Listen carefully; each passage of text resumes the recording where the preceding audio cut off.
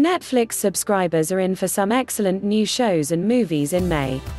From adult animated shows to big-budget movies, there's a lot to look forward to next month.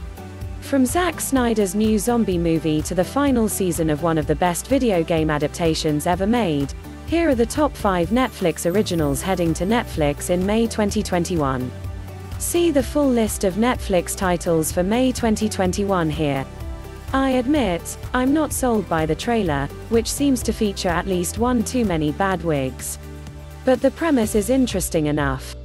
Jupiter's Legacy is a superhero show about passing the torch to the next generation, a generation that is strikingly different from the one that came before.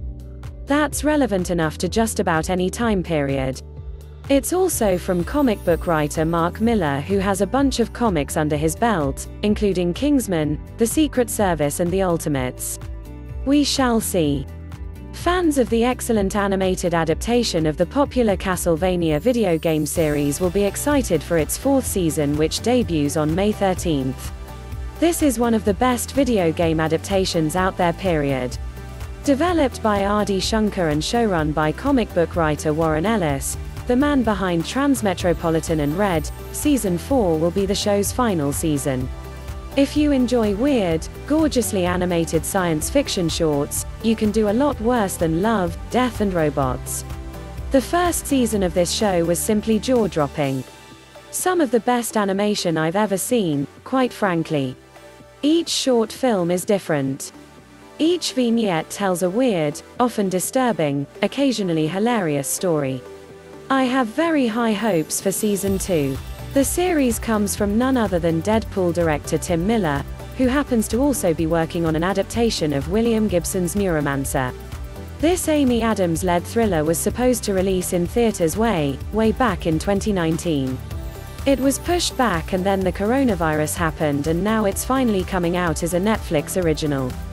The psychological thriller mystery follows a psychologist confined to her house due to her crippling agoraphobia who witnesses a murder.